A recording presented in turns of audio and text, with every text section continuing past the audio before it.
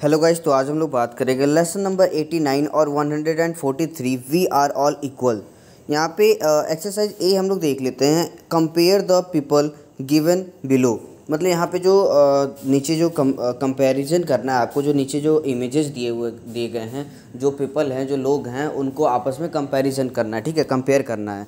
सो यहाँ पे फर्स्ट क्या है, compare the people in image 1 and 2। ठीक है, तो यहाँ पे देखिए जो पहला इमेज है और दूसरा इमेज है, इन दोनों को आपस में कंपेयर करना है। तो देखिए यहाँ पे जो कंपैरिजन है, सबसे पहले तो आप अपने थिंकिंग के हिसाब से, मतलब अपनी अंडरस्टैंडिंग के हिसाब से, कि आप किस हिसाब से इसको मतलब देख रहे हैं, किस नज़रिए से देख रहे हैं। मतलब कहने का मतलब देखिए हर इंसान का व्यू अलग होता है, मतलब हर इंसान का थिंकिंग लेवल अलग होता है। तो कौन किस लेवल पे सोचता है वो अलग चीज़ है। ठीक है, तो देखिए हर इंसान के पास अपना अपना एक डिफरेंट व्यू होगा इसको देखने के लिए। कि सबसे पहला तो ये हो सकता है, देखिए कि ये कंपैरिजन करना है यहाँ पे। तो ये जो है, ये तो सबसे पहली बात है, ये देखिए एक फार्मर है और ये जो है एक हायर एजुकेटेड पर्सन है। ठीक है, सेकंड इमेज में एक हायर एजुकेटेड पर्सन है, जो कि हम लोग क्यों हायर एजुकेटेड पर्सन हमने इसे कहा, क्योंकि ये पीएचडी होल्डर है। मतलब कि इसने पीएचडी किया हुआ है किसी भी चीज़ पे आप कह सकते हैं। तो ये एक पीएचडी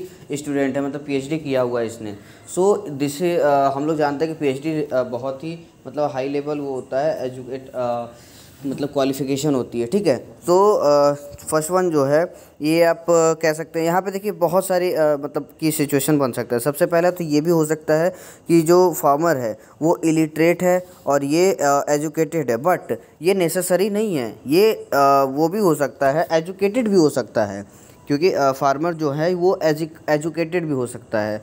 और कैसे एजुकेटेड हो सकता, मतलब कि कहने का मतलब देखिए क्या है, एजुकेटेड हो सकता है फिर भी वो फार्मिंग क्यों कर रहा है, यहाँ पे भी एक सवाल आता है। तो देखिए कुछ लोग पैशनेटेड होते हैं किसी चीज़ को करने के लिए, या फिर कुछ लोग मतलब कि होता है टैलेंट उनके अंदर यही चीज़ होती है, या किन्हीं लोग को आगे पढ़ाई में मन नहीं लगता, या फिर मतलब ग्रेजुएट तो हैं वो, ठीक है, मतलब कहने का मतलब क्वालिफाइड हैं, मतलब एजुकेटेड हैं, मतलब वेल एजुकेटेड नहीं होते हैं। ठीक है, एजुकेटेड हैं बट वेल एजुकेटेड नहीं है। सो उसकी वजह से ये लोग ये क्या हुआ कि ये फार्मर है और ये एक पीएचडी होल्डर है। तो ये जो पीएचडी होल्डर है ये मतलब कि वेल एजुकेटेड है, तो इसे कहीं ना कहीं जॉब मिल जाएगी, बट इसे कहीं ना कहीं भी जॉब नहीं मिल पाई क्योंकि ये वेल एजुकेटेड नहीं होगा। ठीक है, तो इसलिए ये क्या है, आज यहाँ पे फार्मिंग कर रहा है, मतलब एग्रीकल्चर कर रहा है। ठीक है, सो इस तरीके से आपको कंपैरिजन करना है। उसके बाद देखिए सबसे मेन चीज़ क्या है यहाँ पे, देखिए क्लास में जो है ना, आपको इसके ऊपर क्वेश्चंस भी पूछे जाएंगे। यहाँ पे एक तो कंपैरिजन आप खुद से कर लेंगे, जो मतलब क्योंकि यहाँ पे दिया गया है कि आपको कंपेयर करना है, तो कंपेयर तो आप खुद से कर लेंगे। उसके बाद मतलब कि ये शायद ही आपके फैसिलिटेटर पूछे कंपैरिजन। मेनली आपके फैसिलिटेटर देखिए जो फैसिलिटेटर होते हैं वो क्या करते हैं ना, 2-3 क्वेश्चंस पूछते हैं इन इमेजेस के ऊपर। ठीक है, जो ऊपर जो फर्स्ट है और सेकेंड है, दोनों इमेजेस पे सेम क्वेश्चन आपको पूछा जाएगा। सबसे पहला तो ये आप कह सकते हैं पूछा जाएगा कि दोनों में से मतलब कि हार्ड वर्कर कौन है। ठीक है, तो आपसे ये पहले पूछा जाएगा कि दोनों में से हार्ड वर्कर कौन है। तो देखिए जो हार्ड वर्कर आप अगर यहाँ पे अगर बात करते हैं हम लोग, तो दोनों अपनी अपनी जगह पे both people are hard worker. ठीक है, कैसे आप कह सकते हैं both people are hard worker, क्योंकि देखिए ये फिजिकली हार्ड वर्क कर रहा है और ये मेंटली हार्ड वर्क कर रहा है, लेकिन दोनों कहीं ना कहीं हार्ड वर्क कर रहे हैं। अगर ये एग्रीकल्चर कर रहा है, मतलब ये फार्मर जो है अगर मेहनत नहीं करेगा, अगर खेती अच्छे तरीके से नहीं करेगा तो फसल नहीं मतलब ग्रो करेगी। और अगर ये जो पीएचडी होल्डर है, अगर ये मेंटली मेहनत नहीं करेगा, ठीक है, मेंटली उस चीज़ को वर्क नहीं कर रहा है, मतलब हार्ड वर्क नहीं कर रहा है, वहाँ पे प्रैक्टिस नहीं कर रहा है, या फिर पढ़ाई जो है वहाँ पे उसको अच्छी तरीके से नहीं कर रहा है, ठीक है, तो ये पीएचडी मतलब होल्डर नहीं हो पाता। ठीक है, क्योंकि पीएचडी मतलब कहने का मतलब आप कह सकते हैं कि जो आईएएस आईपीएस कह सकते हैं, तो जो होता है ना, हम मतलब इसको देखिए मैं कंपेयर कर रहा हूँ, मैं ये नहीं कह रहा हूँ कि पीएचडी को डायरेक्टली एकदम कह दे रहा हूँ कि आईएएस आईपीएस टाइप का है। बस एक कंपैरिजन, मतलब एक एग्जांपल मैं आपको दे रहा हूँ कि जिस तरीके से नहीं कहते आईएएस आईपीएस बहुत ही ज़्यादा टफ एग्ज़ाम है। ठीक है, तो उसी तरीके से पीएचडी भी कहीं ना कहीं बहुत टफ होता है। ठीक है, पीएचडी करना कहीं ना कहीं बहुत ज़्यादा टफ है। तो अगर बिना मेहनत किए कोई पीएचडी नहीं कर सकता, क्योंकि यहाँ पे हम लोग खुद जानते हैं कि बहुत सारे बच्चे होते हैं, यहाँ तक कि मतलब मैं बहुत सारे ऐसे बच्चों को जानता हूँ जो कि 4 4 साल 5 5 साल मतलब हो गए, लेकिन अभी तक वो लोग 10th तक नहीं पास कर पाए।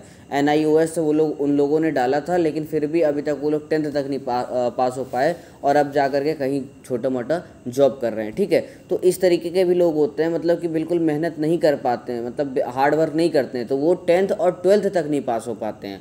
और इस बंदे ने इतने मेहनत मतलब इतना हार्ड वर्क किया कि इसने PhD किया। ठीक है, सो हार्ड वर्किंग की अगर बात करें तो दोनों अपने अपने जगह पे, एक फिजिकली कर रहा है, एक मेंटली कर रहा है, लेकिन दोनों अपने अपनी जगह पे हार्ड वर्क कर रहे हैं। ठीक है, और यहाँ फिजिकली मेंटली मतलब कंपलसरी नहीं है, बट जनरली हम लोग अगर देखें तो फिजिकली फार्मर जो है फिजिकली कर रहा है और ये मेंटली कर रहा है, लेकिन दोनों फिजिकली मेंटली कहीं ना कहीं कर रहे हैं। ठीक है, ये भी कहीं ना कहीं मेंटली कर रहा है, ये भी सोच रहा होगा उस चीज़ को कि और कैसे ग्रो करे और कैसे बढ़ाएं, तो ये भी कहीं ना कहीं मेंटली कर रहा है। और अगर इसकी बात करें ग्रेजुएट पर्सन की, तो मतलब PhD होल्डर पर्सन की, तो ये भी कहीं ना कहीं फिजिकली कर ही रहा होगा। ठीक है, मतलब डेली आ रहा होगा, जा रहा होगा, स्कूल जा रहा है, कॉलेज जा रहा है, मतलब वो भी कहीं ना कहीं फिजिकली हार्ड वर्क में आता है। लेकिन जनरली अगर बात किया जाए तो फार्मर जो है, फार्मर ज़्यादा फिजिकल वर्क कर रहा है, फिजिकली हार्ड वर्क कर रहा है, और जो PhD होल्डर है ये ज़्यादा मेंटली हार्ड वर्क कर रहा है। ठीक है, जनरल अगर बात किया जाए। ठीक है, मतलब कॉमनली अगर सामान्य तौर पर अगर देखा जाए तो ज़्यादातर ये वैलिड होता, मतलब कि ये चीज़ होगा। ठीक है, मतलब अगर कहा जाए कि मतलब कि दोनों मतलब कंपलसरी, देखिए यहाँ पे कुछ नहीं है कि एक फिजिकली एकदम कंपलसरी नहीं, बस फिजिकली कर रहा है, और एक बिल्कुल सिर्फ मेंटली कर रहा है, यहाँ पे कंपलसरी कुछ भी नहीं है। ठीक है, सो नाउ अब मतलब सेकंड क्वेश्चन पे आते हैं। 1 मिनट, सेकंड क्वेश्चन क्या होता है? सेकंड क्वेश्चन देखिए आपका हो सकता है वहाँ पे क्लास में पूछा जाएगा। देखिए सेकंड क्वेश्चन आपसे ये पूछा जाएगा कि मतलब कि देखिए जो दोनों इमेजेस हैं, दोनों इमेजेस में मतलब कि मोर क्रिएटिव कौन है? क्रिएटिव का मतलब जैसे कि देखिए, आप क्रिएटिव अगर आप नहीं समझ रहे तो क्रिएटिव का मतलब देखिए होता क्या है कि मतलब कि नई नई थिंग्स सोचना। जैसे कि हम लोगों ने एक ग्रोथ माइंडसेट पढ़ा था, हम लोग मतलब एक जो चैप्टर पढ़ा था उसमें एक था ना फिक्स्ड माइंडसेट और माइंडसेट। जो चैप्टर हम लोग पढ़ा था उसमें था growth mindset and fixed mindset. तो इनमें से किसका ग्रोथ माइंडसेट है, ये भी आप इसको कह सकते हैं। मतलब क्रिएटिव कौन है, मतलब कौन ज़्यादा क्रिएटिव टाइप से सोचता है, मतलब क्रिएटिविटी मतलब होता है नहीं, थोड़ा सा क्रिएटिव आदमी मतलब और ज़्यादा उसको सोचता है किसी और मतलब कुछ ना कुछ अलग करने के लिए सोचता है, तो वो क्रिएटिव मतलब कहलाते हैं। तो दोनों में से कौन मोर क्रिएटिव है? तो देखिए अपने अपने जगह पे अगर देखा जाए तो दोनों ही अपने अपने स्तर पे मतलब अपने अपने जगह पे क्या हैं, मोर क्रिएटिव हैं। ठीक है, दोनों क्रिएटिव हैं। हम यहाँ पे वी कांट से मतलब यहाँ पे हम लोग बिल्कुल नहीं कह सकते। ठीक है, ऐसे हम किसी के फेस को देख करके मतलब ऐसे बिना उसको जाने पहचाने बिल्कुल भी नहीं कह सकते कि दोनों में से कौन मोर क्रिएटिव है। ठीक है, ऐसा नहीं है कि वो सामने वाला बंदा PhD होल्डर है, वो एजुकेटेड बहुत बढ़िया है तो वो क्रिएटिव भी होगा। ठीक है, ऐसा बिल्कुल भी पॉसिबल नहीं है।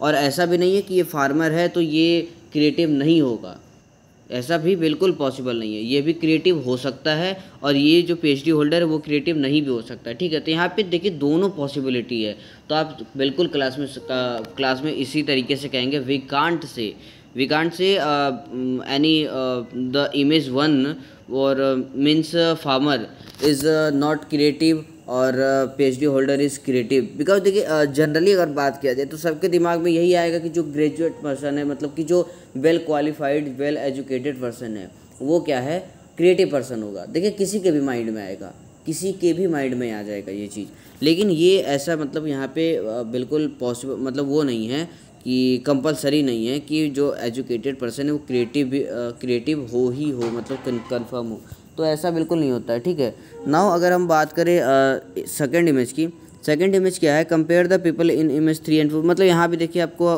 कंपेयर करना है। सॉरी मैंने एक और क्वेश्चन था, देखिए एक और क्वेश्चन था मैंने छोड़ दिया। एक क्वेश्चन ये था कि मतलब कि दोनों में से कौन ज़्यादा पोलाइट है, मतलब पोलाइट कौन है ज़्यादा।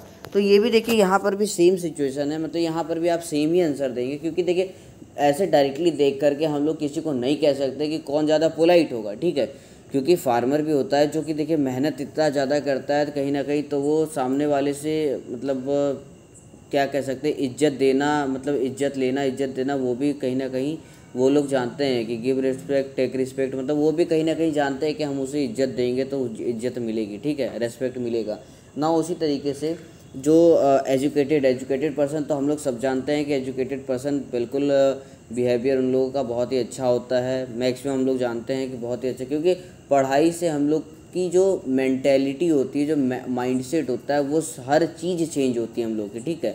ये नहीं कि सिर्फ हम लोग नॉलेज पाते हैं, मतलब सिर्फ नॉलेज हम लोग को आता है, सिर्फ एजुकेटेड कहलाते हैं। हम लोग को कहीं ना कहीं वो मेंटली और माइंड जो है ना हमारा, वो भी कहीं ना कहीं ग्रोथ करता है। सो यहाँ पे हम लोग ये नहीं कह सकते हैं, देखिए यहाँ पर भी हम बिल्कुल कंफर्म ये नहीं कह सकते या कंपलसरी नहीं है कि दोनों में से कोई भी पोलाइट है या कोई भी पोलाइट नहीं है। देखिए दोनों पोलाइट हो सकते हैं, दोनों पोलाइट नहीं भी हो सकते हैं, ठीक है। कभी कभी होता है कि जो ग्रेजुएट मतलब बहुत ज़्यादा जो पढ़े लिखे इंसान होते हैं ना, तो वो मतलब अपने वो प्राउड फील करते हैं अपने ऊपर, या फिर वो क्या उसको कहते हैं, मतलब घमंड टाइप का जो कहते हैं ना, मतलब अहंकार अंदर से आ जाता है कि नहीं हम इतना ज़्यादा हैं, पढ़े लिखे हैं, मैं किसी के आगे क्यों झुकूं। तो इस तरीके का जो अंदर से वो जो आता है ना, मतलब एक गलत थिंग्स कह सकते हैं, तो वो जो होता है ना कि वहाँ पे देखिए वो रूडली आपसे बात करेगा, वो जो बंदा रहेगा वो आपसे रूडली बात करेगा, आपको मतलब इग्नोर करेगा, आपको रिस्पेक्ट नहीं देगा। लेकिन फार्मर भी देखिए फार्मर भी इस तरीके के हो सकते हैं। बहुत सारे फार्मर ऐसे होते हैं मतलब जो बिल्कुल गुस्सैल होते हैं, रूडली होते हैं। तो ये देखिए बिहेवियर पे टोटली डिपेंड है कि उसका कैसा बिहेवियर है, क्या है। तो जब तक आप उसके साथ रहेंगे नहीं, उससे मतलब कुछ दिन तक उससे बातचीत ना करें, तब तक आप किसी का भी डिसाइड नहीं कर सकते कि वो पोलाइट पर्सन है या फिर इपोलाइट पर्सन है, ठीक है, मतलब कि रूड पर्सन है। सो इस तरीके से आप बिल्कुल भी नहीं कह सकते। नाउ अगर हम इमेज 3 और 4 की अगर बात करें, तो यहाँ भी देखिए सेम क्वेश्चंस आपसे पूछे जाएंगे। कौन ज़्यादा क्रिएटिव है, कौन ज़्यादा पोलाइट है, कौन ज़्यादा हार्ड वर्कर है।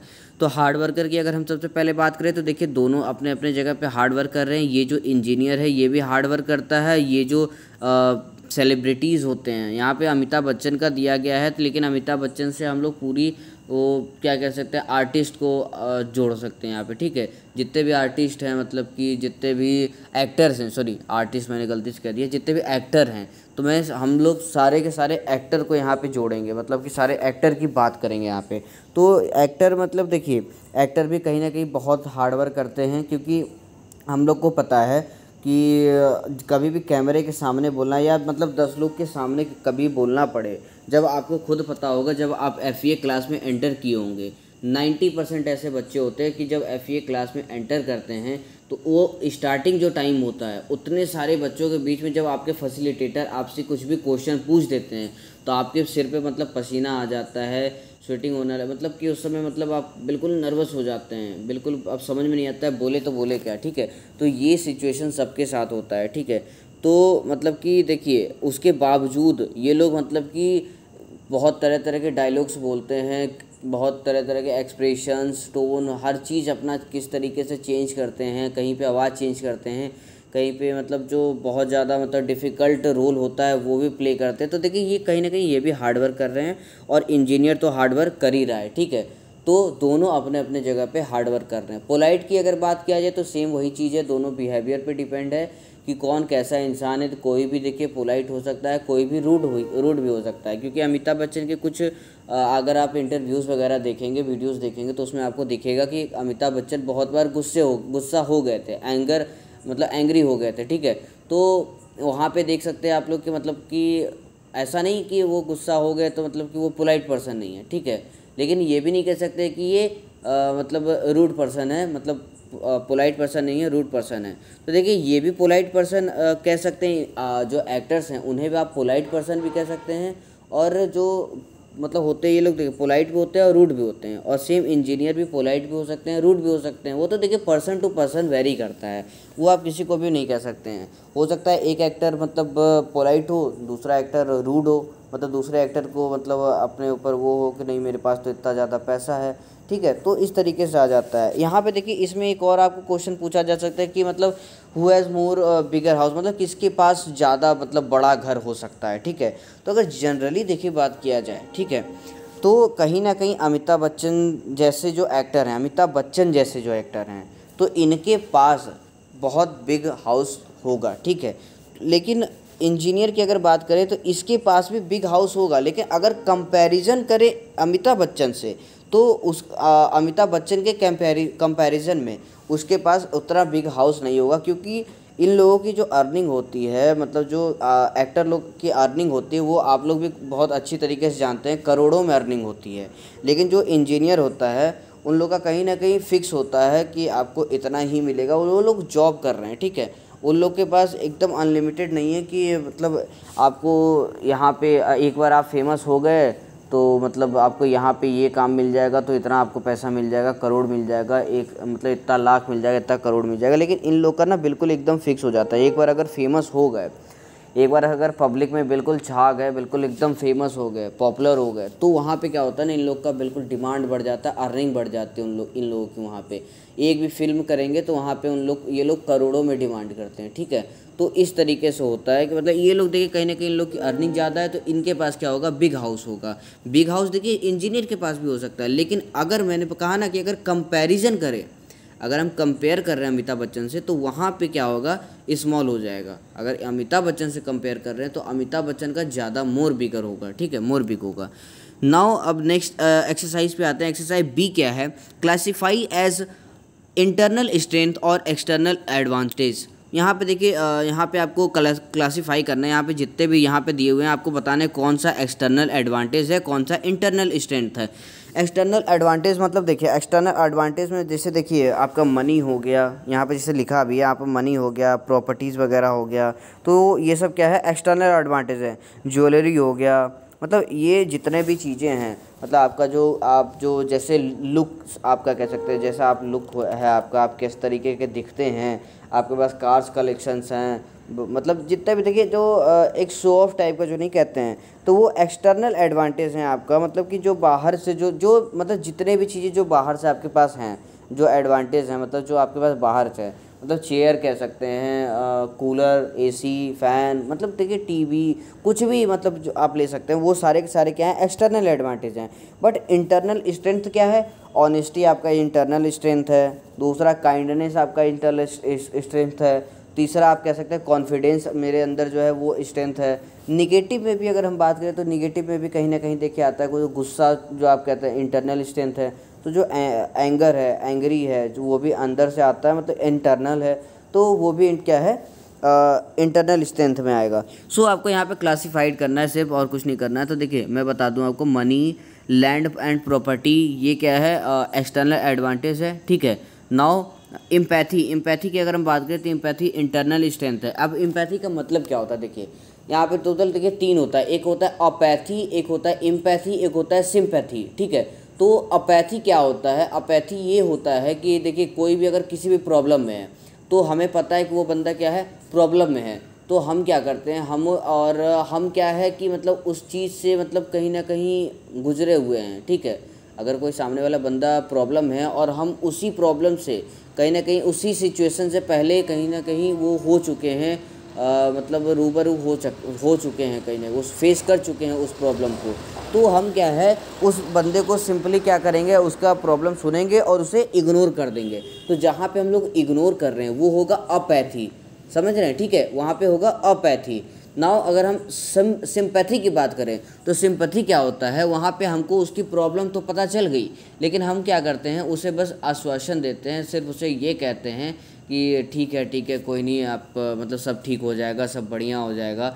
तो वो क्या है, वो सिंपैथी है। नाउ अगर इम्पैथी की बात करें तो इम्पैथी क्या होता है, इम्पैथी ये होता है कि आप उसकी प्रॉब्लम तो सुन रहे हैं, प्रॉब्लम सुनने के बाद आप क्या कर रहे हैं, उसे सिंपैथी भी दे रहे हैं, मतलब आप आश्वासन भी दे रहे हैं कि हाँ सब ठीक हो जाएगा। दूसरी चीज़ आप उसकी हेल्प भी कर रहे हैं, ठीक है, उस चीज़ से निकलने में आप उसकी हेल्प भी कर रहे हैं कि ये करो तो ऐसे हो जाएगा, ये करो तो ऐसे हो जाएगा। अगर किसी को पैसे की ज़रूरत है तो आप कहेंगे ये लो, इतना पैसा ले लो, मैं तुम्हें पैसे दे रहा हूँ, तो क्या कर रहे हैं आप वहाँ पे उसकी हेल्प कर रहे हैं, तो वो चीज़ क्या है, इम्पैथी है। तो इम्पैथी क्या होगा, ये इंटरनल स्ट्रेंथ होगा, ये आपका अंदर से आता है, ठीक है।